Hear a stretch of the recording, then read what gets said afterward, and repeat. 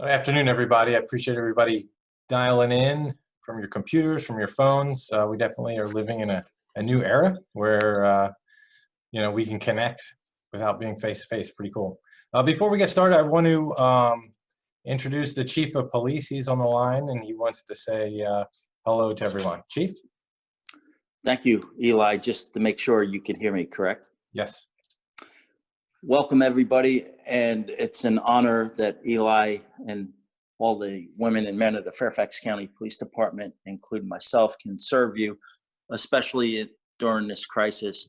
Captain Corey will explain to us what the Fairfax County Police Department is doing as one team Fairfax with many other agencies in Fairfax County, other jurisdictions that surround us, and state organizations and federal agencies. Just moments ago, we got information from the governor's office about a stay-at-home policy, which we are reviewing with the county attorney and the Commonwealth's attorney to fully understand that, and we will put more information out to our community as soon as the legal review is done.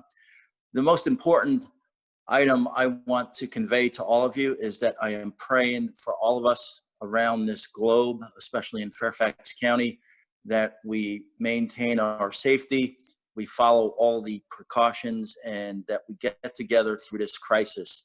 And unfortunately, there's already been tragedy throughout the world and in Fairfax County, and we are all working together as one team, the community, the county, and our state to get through this. And my blessings are to all of you.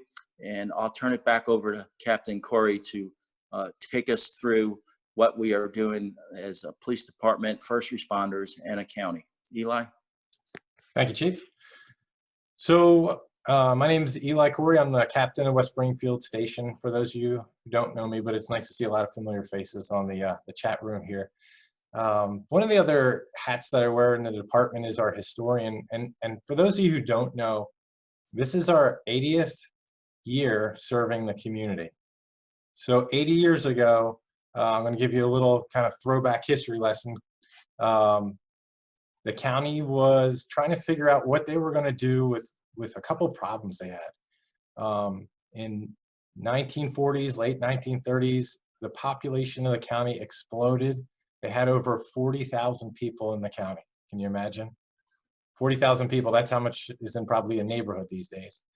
But the county population was increasing, and they were trying to decide how they were going to address not only the population increase, but the traffic that came along with those 40,000 people as well. So on July 1st, 1940, they decided that we need to have a police department, and that's where our department was born, with 5 officers and a chief, and they started to tackle those issues.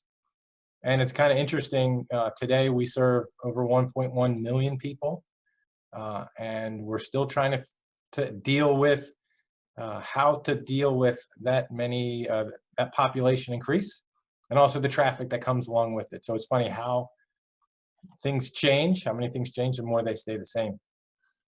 Something else that was going on in the 1940s, as you may know if you're a history buff, or if you're not, we were in the midst of a war, right? World War II. The world was trying to fight evil across the globe. And the more things change, the more they stay the same. Today, we're trying to do the same thing. But it's a different kind of evil, right? This is a pandemic.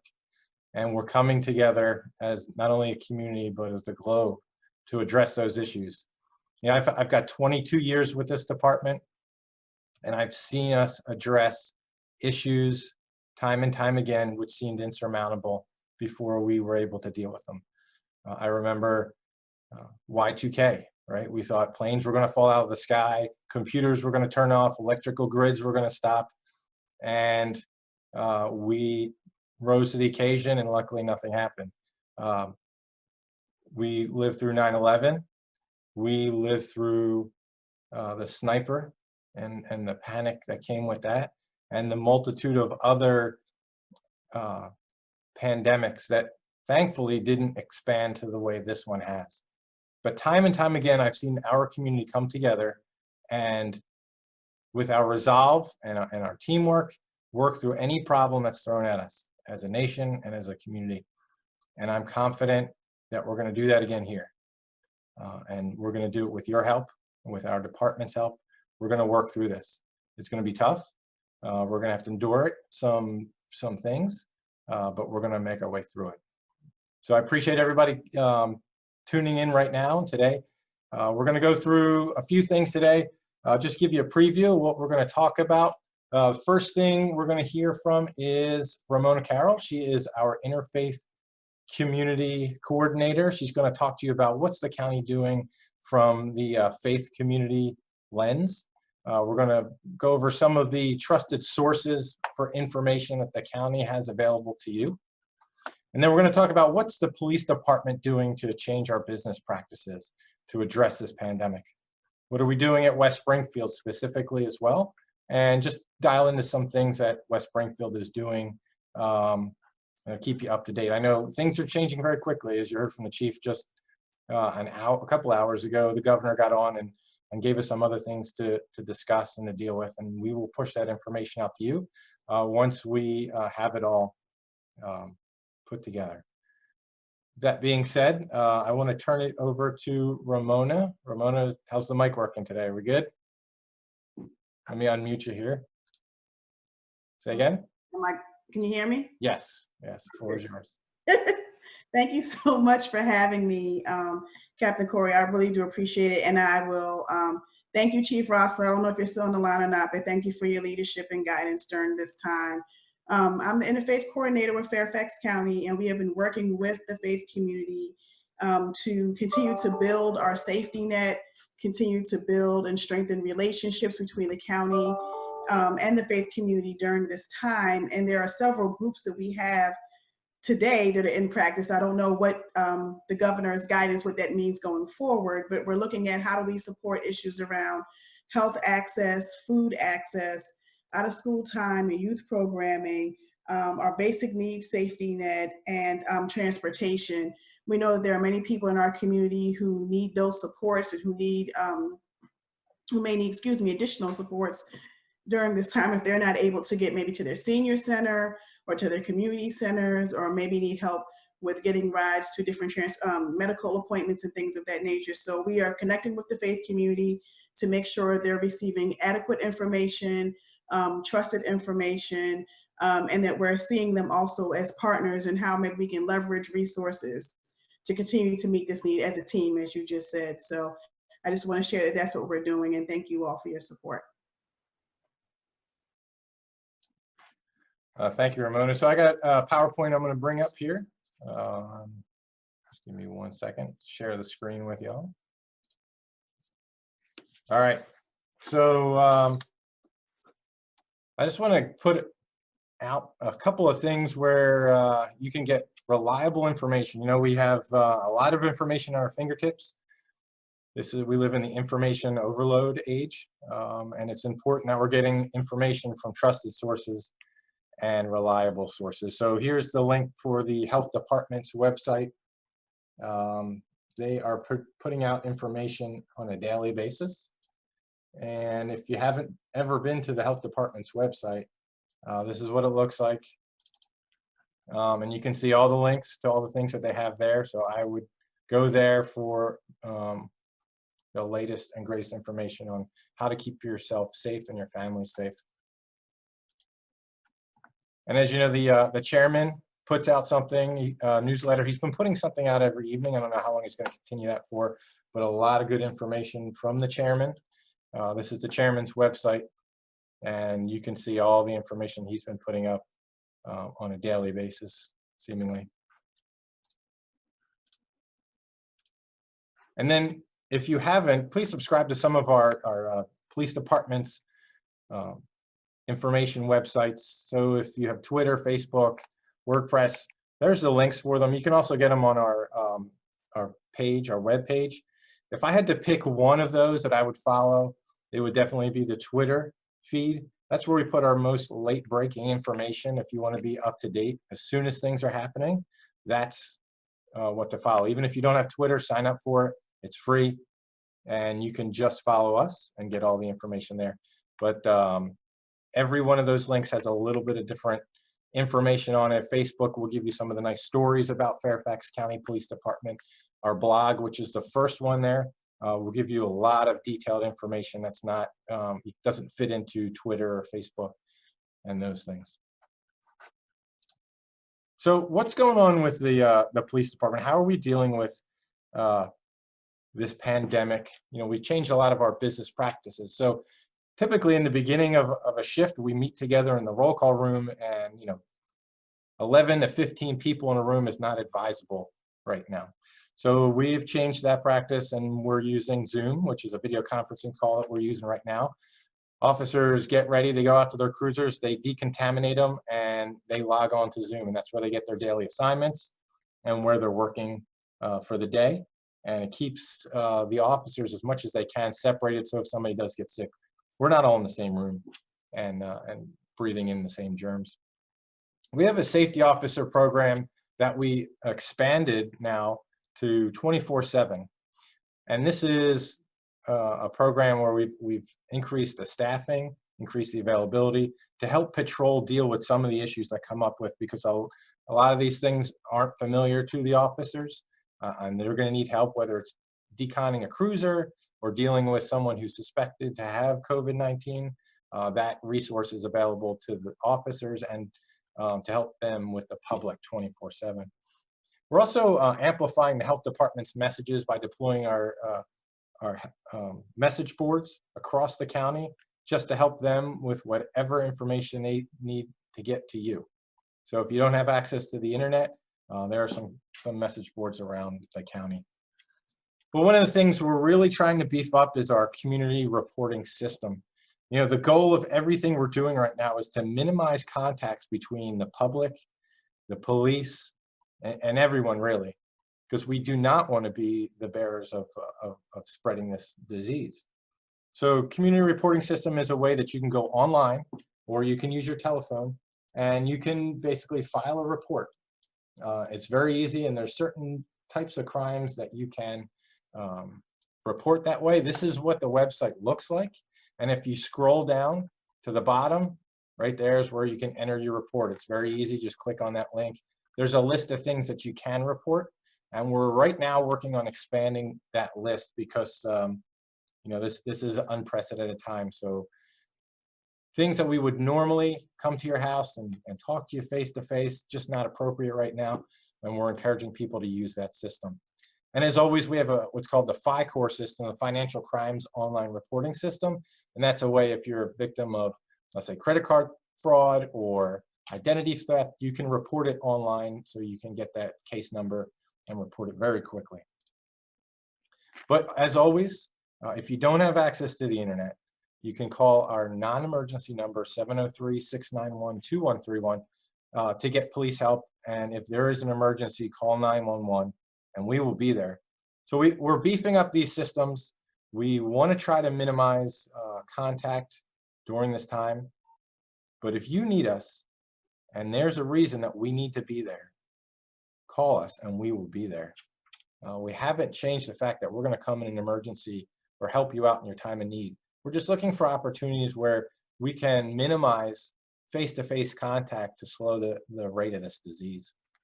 So a little bit on some of the things that we're doing as an agency. We have what's called the Continuity of Operations Plan. It's been with our department. It was established, I want to say, decades ago. And it's basically, in disasters, what will the police department do? And it's already set. So, for example, if a majority or a good number of officers get sick, we go to different levels of staffing. If certain key leaders are unable to come to work, it designates who would take their place. And so there would not be a time where we would have to determine who's in charge or how we're going to staff different agencies in the department. We have a plan that we can basically plug into play without having those discussions. Every day we're reporting directly to the chief of police on different statistics, from how many officers are sick to how many COVID-19 suspected cases are we dealing with and calls for service. And we're constantly evaluating those to determine, do we stay on our current staffing levels? Do we change them? Do we change our business practices, and how well are they working? So that's a constant thing that we're evaluating every day and tweaking as we get more information, like we did just a couple hours ago. So what are we doing here at the station? Right now, we've upstaffed every squad. So we have 6 different squads at the station, days, evenings, and midnights, and then we have an A-B rotation.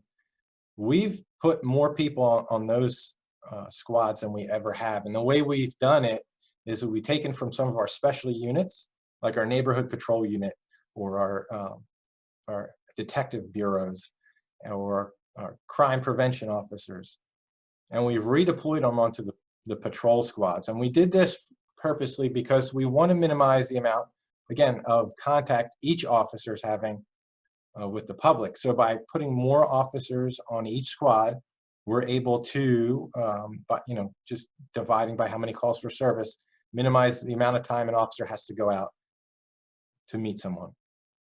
But we're also looking for opportunities where we can still address those calls, but maybe not have to go to the house or talk to somebody face to face. So for example, let's say you're having a dispute.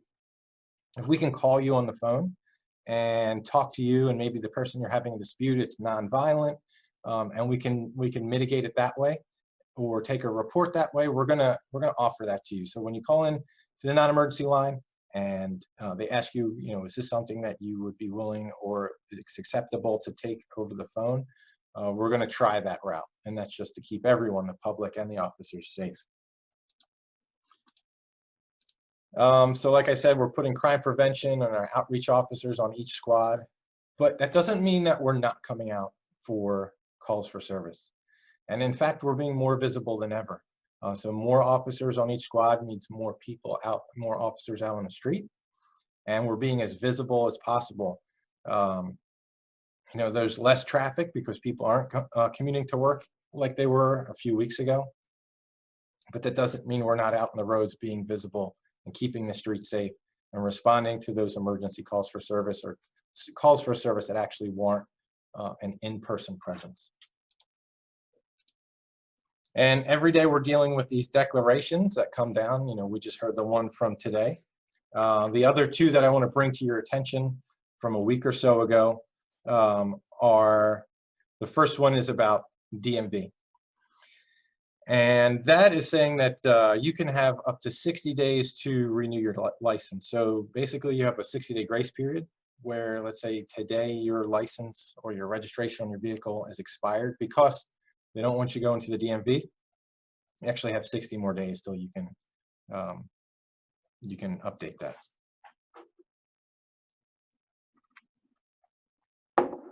The other one is the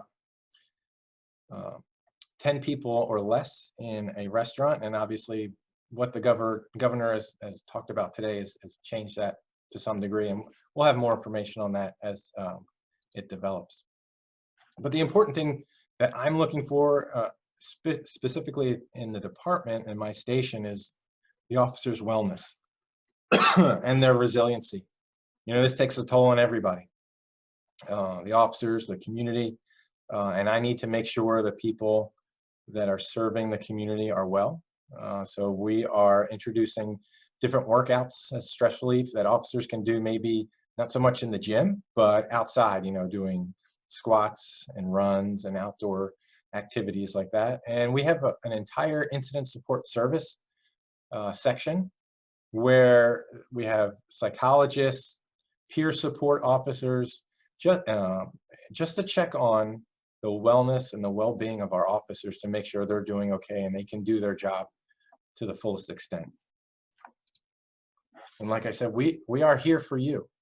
So call us if you need us. We're going to come. We also have some more information on the West Springfield website. It's got my contact information, Lieutenant Lee, who is the assistant commander of the station, and some other information on where to find our blog and our social media links. So that's a good resource for you if you haven't checked that out.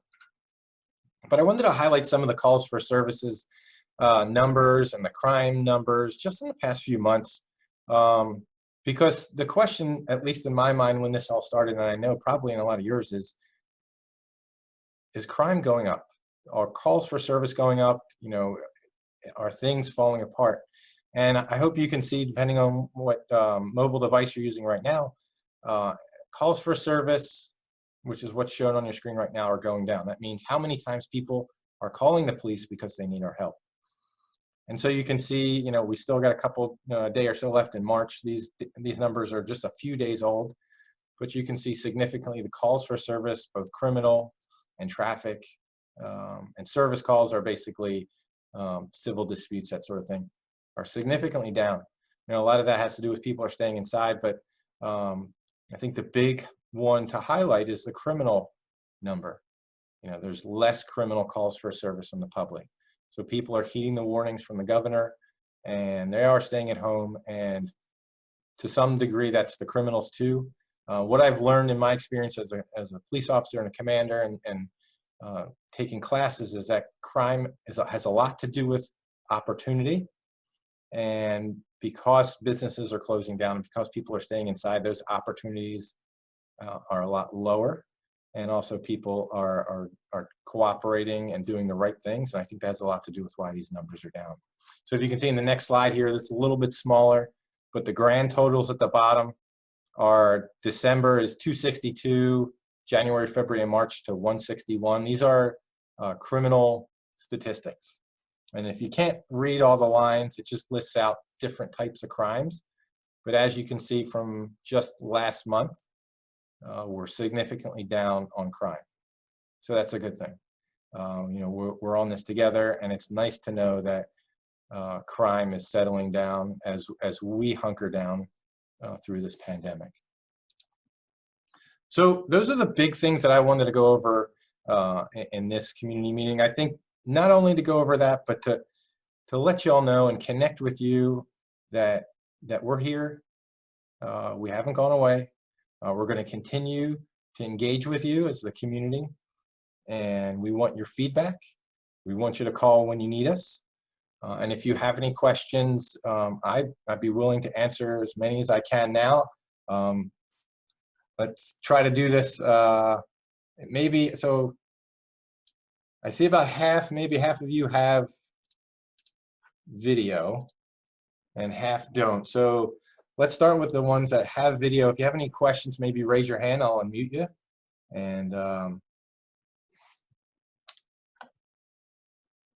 okay, we've got James. Yeah, he sent in some questions. So I'll let James, if you want to go first, you want to ask your questions, I can. Yeah, well, first of all, Captain Corey, I want to thank you for holding this meeting. Since we got this pandemic going, we're not able to hold our regular community engagement meetings that are sponsored by the CAC.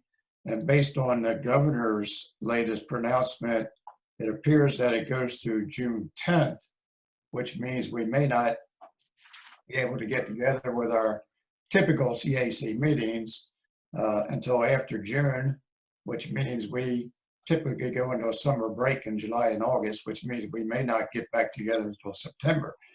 So I think this is an excellent way to maintain contact in the absence of those more typical meetings that we've had on a monthly basis. So we thank you for that. Just a couple questions. How's the morale of your officers holding up? And what kind of protective gear do they have? Good question. So the morale is high, I would say. You know, right now, this is changing. You know, officers are very adaptable to change. You know, it's kind of, I think, one of the reasons why many of us got into this job. You know, we like that dynamic. So they're maintaining, right? I think uncertainty is what everyone's feeling, right? So the morale's high. Uncertainty is what's on everybody's mind, including the public, so the officers included.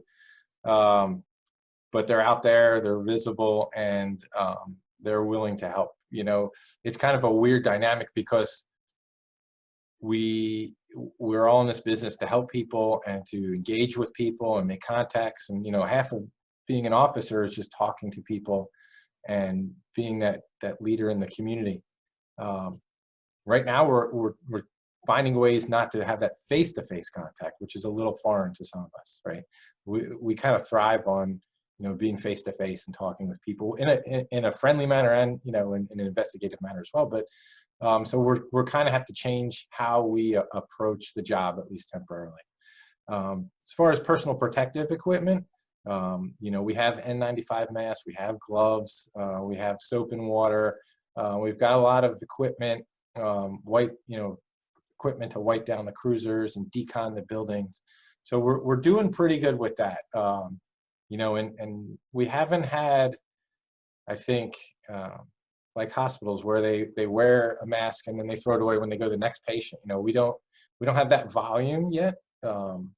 So I think that's part of the uncertainty. In 2 weeks, does that volume raise? And then are we looking for alternatives for some of the PPE, or how will that change? But right now we do have all that equipment in stock, and so the officers feel comfortable, wearing it. They've all been trained on how to don it and take it off the correct way. So right now we're doing pretty good. Fingers crossed. Right. Good, thank you. Yeah. A couple other of the questions that you said. Do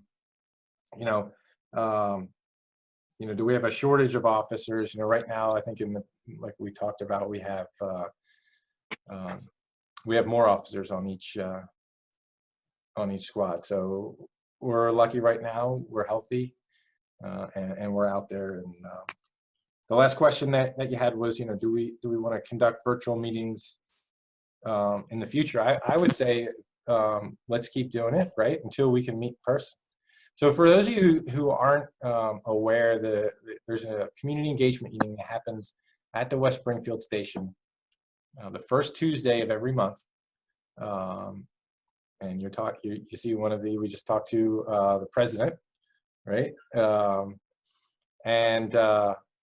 And you're all welcome to come. It's 7 o'clock first Tuesday every month. We talk about things that are going on in the West Springfield community. It's an opportunity for you to provide feedback to the police department. I'm usually at all of them, and there's most of the time we have some sort of presentation. And I think the most recent one was it the bomb truck that we had, or was that two times ago? It was 1 or 2 times ago, but it's really cool to see, and typically we'll get to see something like that. But I see EC has her hand raised, so let me click on you, make sure you're unmuted. Looks like you are. Go ahead. Captain Corey, thank you for holding these meetings. I think it's helpful for everybody to try to stay as connected as we can right now. I do have a couple of questions. I think you probably have a lot of people out here who have suddenly been thrown into the Zoom environment who may not be familiar at all with Zoom conferencing. So I had my first Zoom meeting yesterday with CERT. I have another one at 7 o'clock tonight. That's why I'm on my phone now, because the iPad is charging for tonight's meeting. So that's 3 meetings in slightly more than 24 hours. And it's a very intuitive program, but for people who aren't familiar with it, you can tap around on your screen and mute your audio if you don't want the kids or the pets in the background, the dogs barking and everything. And the way, if you click on more at the bottom of your screen, there are other options. And for people who want to ask a question, you can click on raise your hand, and then that shows on the host's computer showing that you have people in the queue who have a question. My other question is, how is the county, and this is school system based more than it is police department, how are we handling the kids in the school systems who don't have the technology at home, whether they don't? I understand laptops are being distributed, but how are we handling those kids who don't have access to the internet? I understand in the District of Columbia, 30% of kids there have no technology. I'm sure the counties isn't that bad, but I know it does exist. And I wondered, how are we making available, internet? I mean, it's great that places are, Cox and everybody are coming out, oh, we've got all these internet hotspots available. We've got to have internet at home to be able to access a hotspot. So do we have any idea how we're taking care of the kids who aren't going to be able to go back to school on the 14th of April? Yeah, absolutely. And I think, Ramona, you might be better equipped to answer that one. Let me get the unmute there. Go ahead, Ramona. Well, I can't speak for the school system wholeheartedly, but I do know that they are giving out many hotspots to families. and I'm not sure how they're being identified, but what I can do is I can dig deeper and I'll get that information and forward it to you so you can have that information to share with the community. Okay, thank you. You're welcome. Thank you, Ramona. It's kind of funny, you know, I've got 2 kids of my own, and kicking and screaming to school every day, right?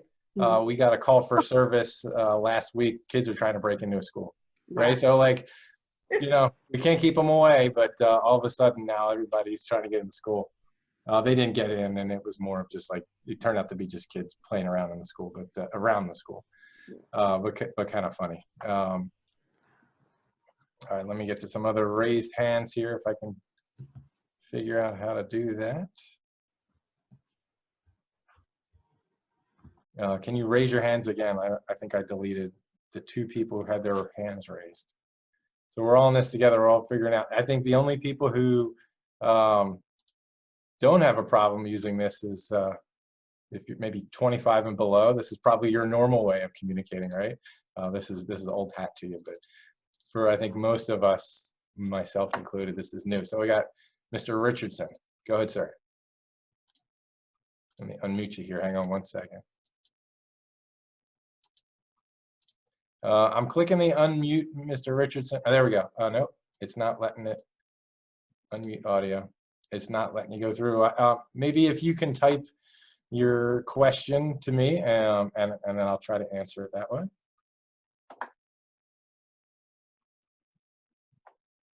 Let me change my view here to see who else has their hand raised. Who else has a question? All right. Sir, go ahead. I've got you unmuted. I can see you talking, but I can't hear you. You're unmuted.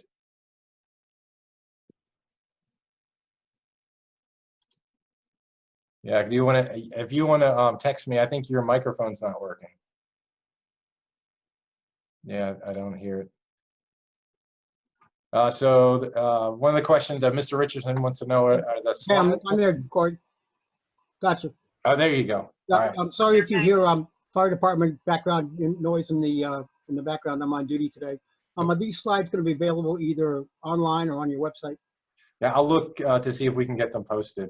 Yeah, I tried to take some screenshots and I got a couple of them, but I wanted to get a couple more. Absolutely. Thank you, sir. Okay. And when we are able to get them posted, I'll push out on Nextdoor, so you know where to go to find them. All right, thank you. That should not be a problem. So let's see. All right, so I got a question from Rick, who said he's the neighborhood watch coordinator from Barrington Neighborhood Fairfax Station.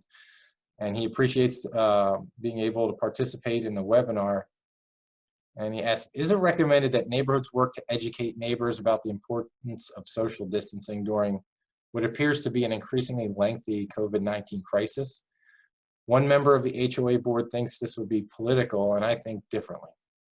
So far, neighbors have been by and large respectful of distancing when walking, biking, but I think with increased time sheltering in place, tensions will mount with rising stress, and some people are far more conscientious than others about this issue. Your thoughts are greatly appreciated. You know, I think we're all in this together. So I think it's going to take a village, right? You know, I think there's a difference between forcing somebody to do something or, you know, trying to talk to them respectfully, as we all do here, and appealing to people's, you know, sense of friendship or just smarter side. I don't know the best way to say it. You know, one of the questions that kept coming up in the past week was, you know, if a store says that, or there's too many people in a store or a restaurant, how are we going to deal with it? We've gotten some of those calls, but I can tell you that every call we've gotten, all it takes is a phone call and it's cleared up. You know, it hasn't been contentious. I think we all want what is best for this community. And, you know, if you can just talk to your neighbors and just give them your side and your viewpoint, that may be all it takes. Anything countywide being to get food, healthcare providers, emergency responders? Is there a contact out there to connect people who want meals? So that's from Rick. So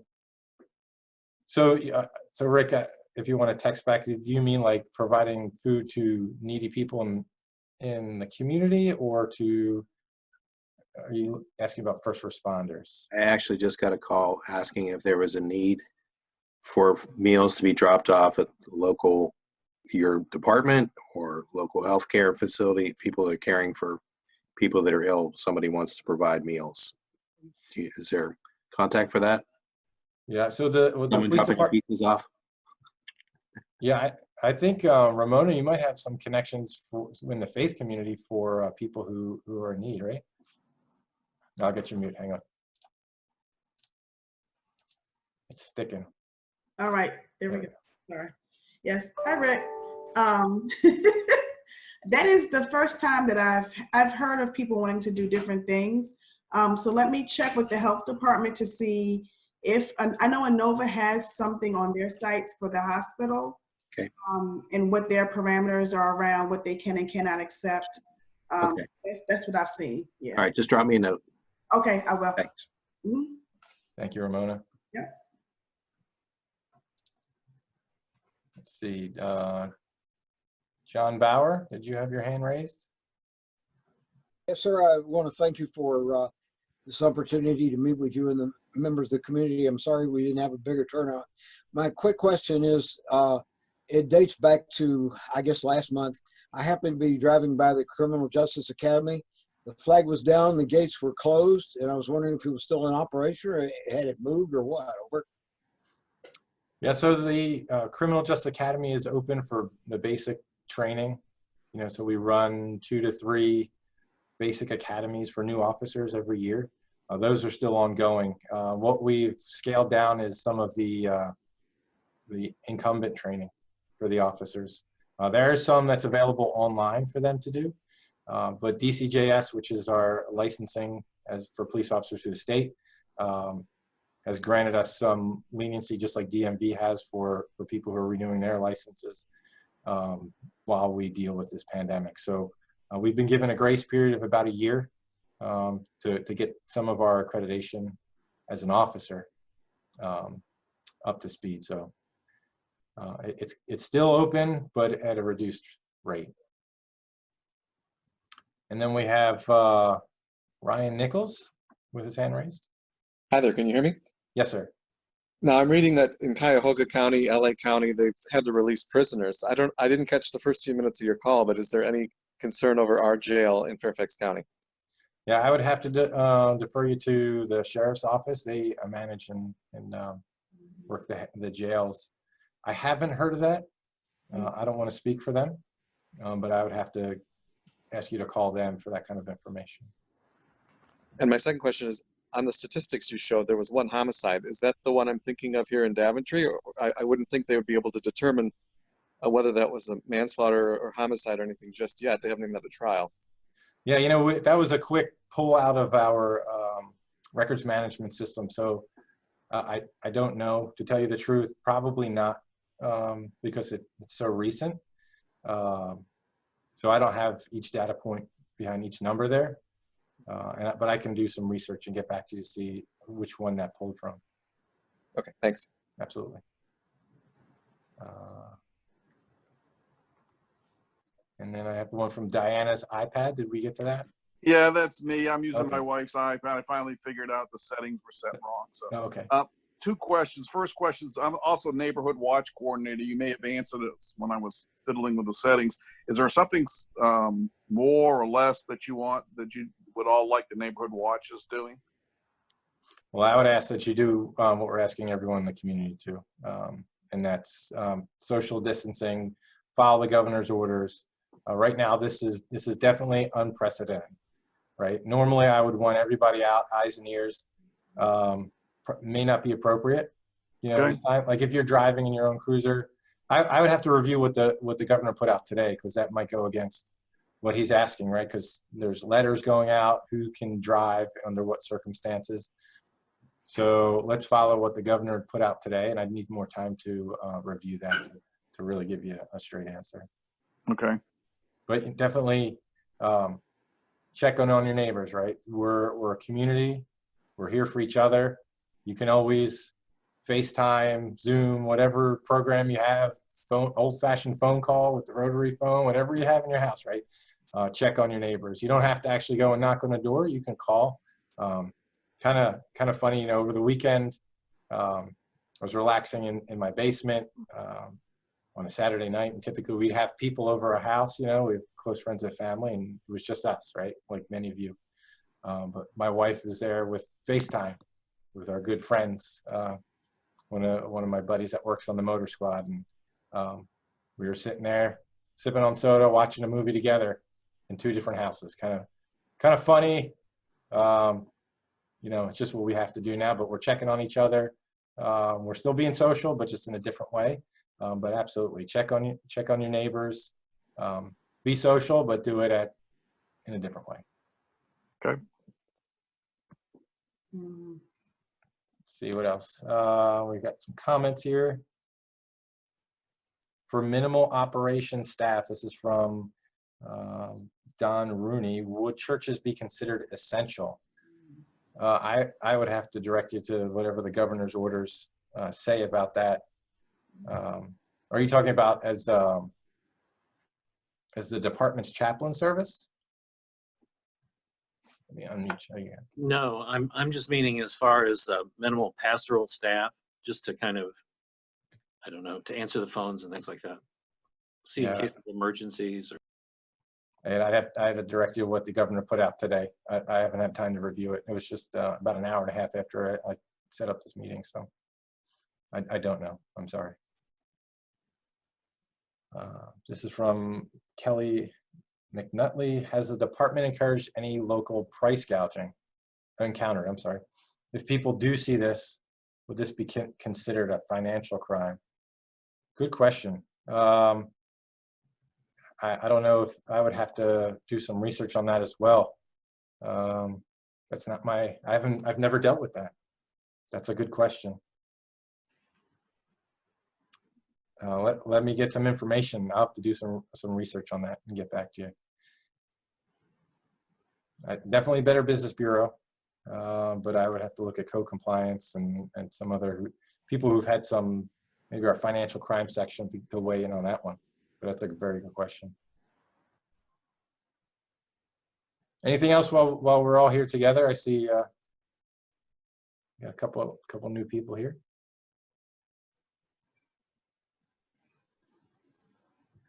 All right. Well, I appreciate everybody tuning in. We're going to do this again soon.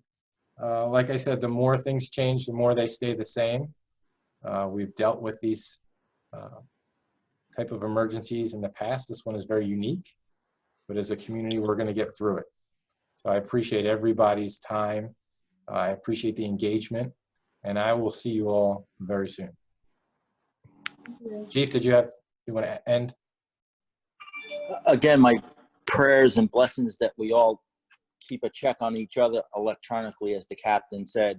Neighbors checking on neighbors, and get that to the communication center if it becomes a crisis, and we'll triage it from there. And Ramona articulated how all our communities, especially our faith communities, can do things for those that need resources.